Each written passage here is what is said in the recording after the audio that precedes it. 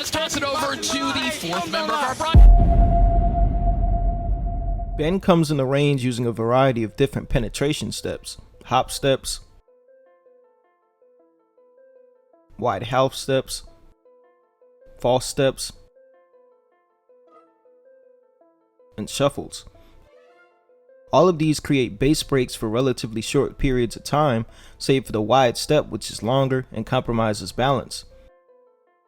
These can be done in isolation relatively safely, but with Ben, he combines these maneuvers, which amplifies their individual risk by creating a chain of base breaks that leave him more vulnerable as he comes forward, only protected by the punch he throws with them.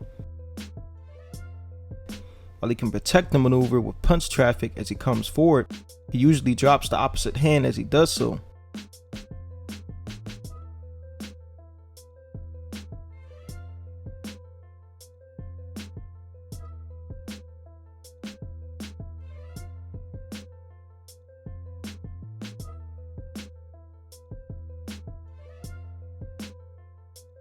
Even with the jab, when thrown on the hop step, it extends before the front foot lands, which means falling in. The jab itself may not be enough of a deterrent to prevent the much bigger Eubank from engaging. The combination of all of these factors means Ben will be susceptible to counterpunching as he enters range.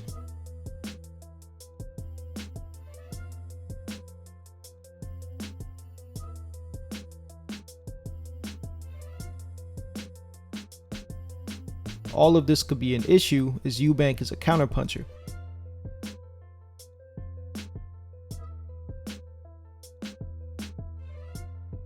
And is even giving away jabs to much bigger fighters than Ben just to counter them.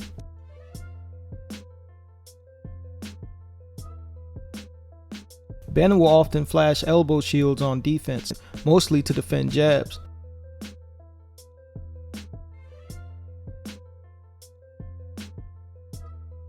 Ben may not be able to efficiently defend jabs with this elbow shield as he has to bring it up out of what is usually a low lead hand.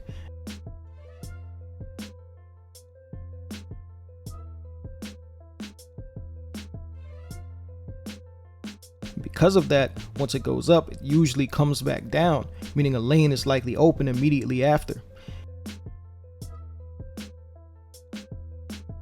If he keeps the shield up or uses it to defend rear hands, he may put himself in a compromising position.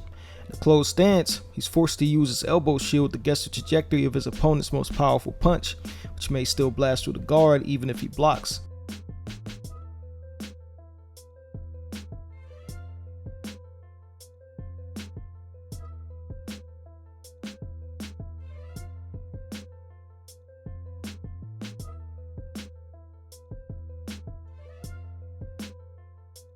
Of course, throughout all of this, there exists a lane to the right side of his head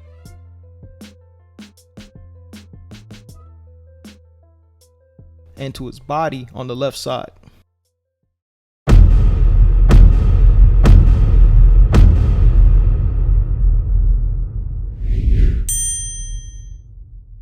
Ben's game becomes somewhat more limited if he's forced onto his back foot. While he does have the ability to counterpunch as his op comes forward, punishing them for their overcommitment with slip, step back, and block and shoot counters.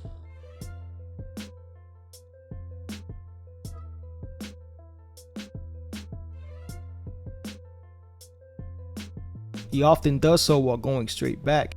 Two or more defensive maneuvers straight back keeps Ben on the line of attack and may push him onto the ropes where his defensive options dwindle down. Depending on the range, a single step back can still be enough to end up in trouble. Just going back in straight lines is Ben when Dobson steps in with a double jab right hand. When you're pulling away with your hands down. Ben will maintain his low lead hand as he backs straight out, meaning an explosive fighter will have opportunities to land. Don't sit on the ropes either. Don't sit on the ropes, Conor, let him have a go. Don't sit on the ropes. On the ropes, Ben often defaults to a half shell or Philly shell, where he tries to be slick and slip, roll, or duck every punch. To expect to stand stationary and use only upper torso movement to evade every punch just isn't feasible. Something's bound to get by, and Ben usually gets touched up. Eubank will follow ops moving back with combinations.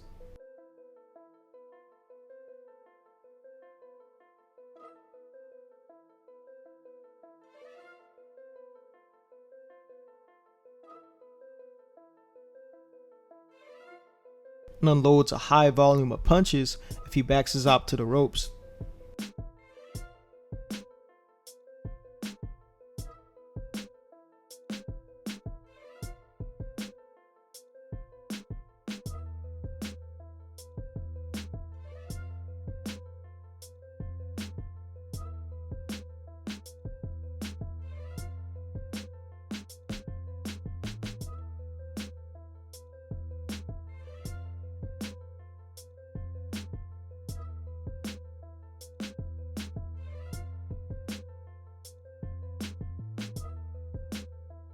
Benn is at times shown the wherewithal to angle off the ropes and transition in a lateral movement.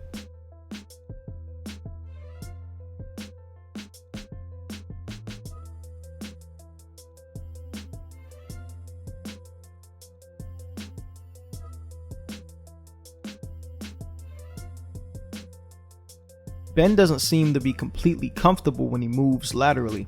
He hasn't shown the ability to consistently set traps, rather for the most part using his movement as a means of repositioning. It runs the risk of appearing excessive, as though he's being forced into a position he'd rather not be in until he resets into equal positioning.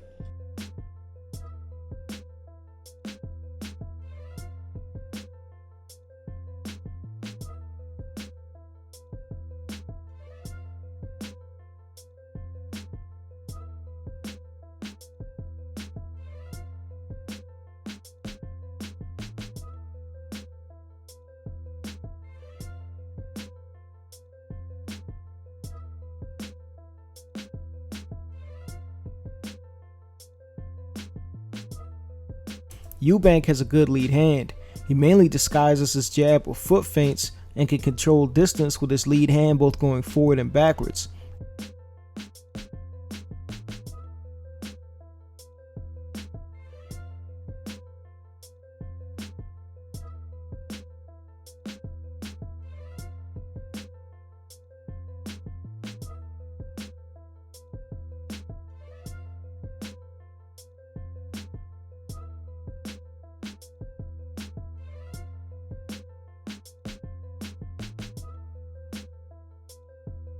After establishing his jab, he can use it or the threat of it via those same feints to run his offense and let loose combinations.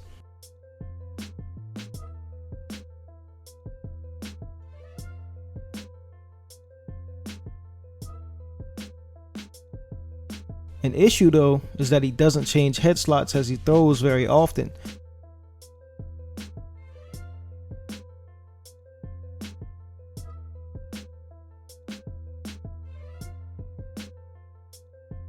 While he jabs, he often drops the lead hand afterwards, leaving him susceptible to counterpunching. Benn possesses explosive jab counters. Eubank's favorite and most effective punches are his uppercuts. He can throw them in a variety of ways, as a counterpunch, after setting it up with his lead hand,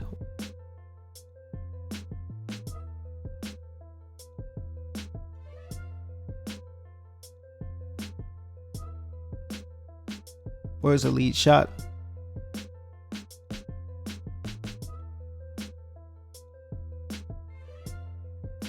He varies targets to both the body and head, and it carries serious stopping power when he throws it.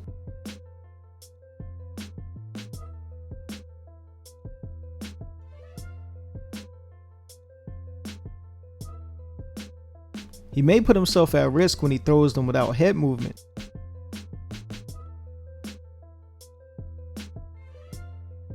And they become downright dangerous as he comes forward from long range, recklessly throwing.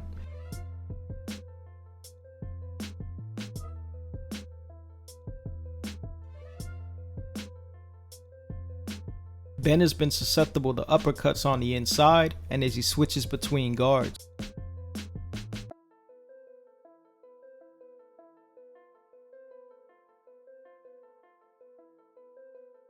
Eubank tends to overutilize pulls defensively, using them for a number of reasons.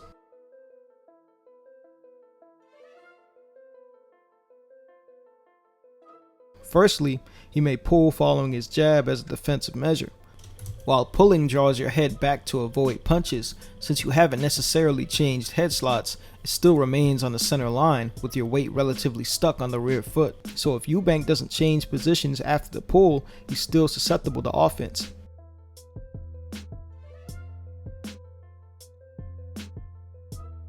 In that same vein, he'll often pull offense, particularly jabs, to set up counter lead hand hooks.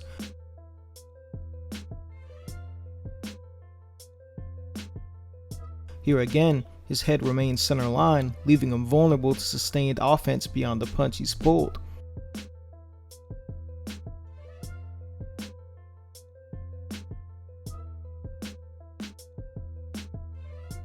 I believe Benn will struggle with Eubank's lead hand in combinations as well as his counterpunching. Benn's risky entries in the range will likely get him touched up, and the risky elbow shield is a constant problem. Eubank has his own defensive issues, but if Benn is struggling to get in the range safely, how often will he be able to capitalize? If Eubank decides to push the much smaller Benn onto the back foot, his chances get even worse as he's not very comfortable or good at fighting backwards or laterally.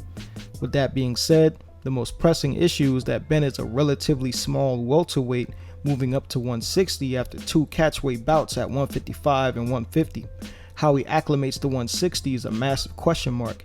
Eubank, on the other hand, is big even for middleweights, having previously campaigned at super middleweight.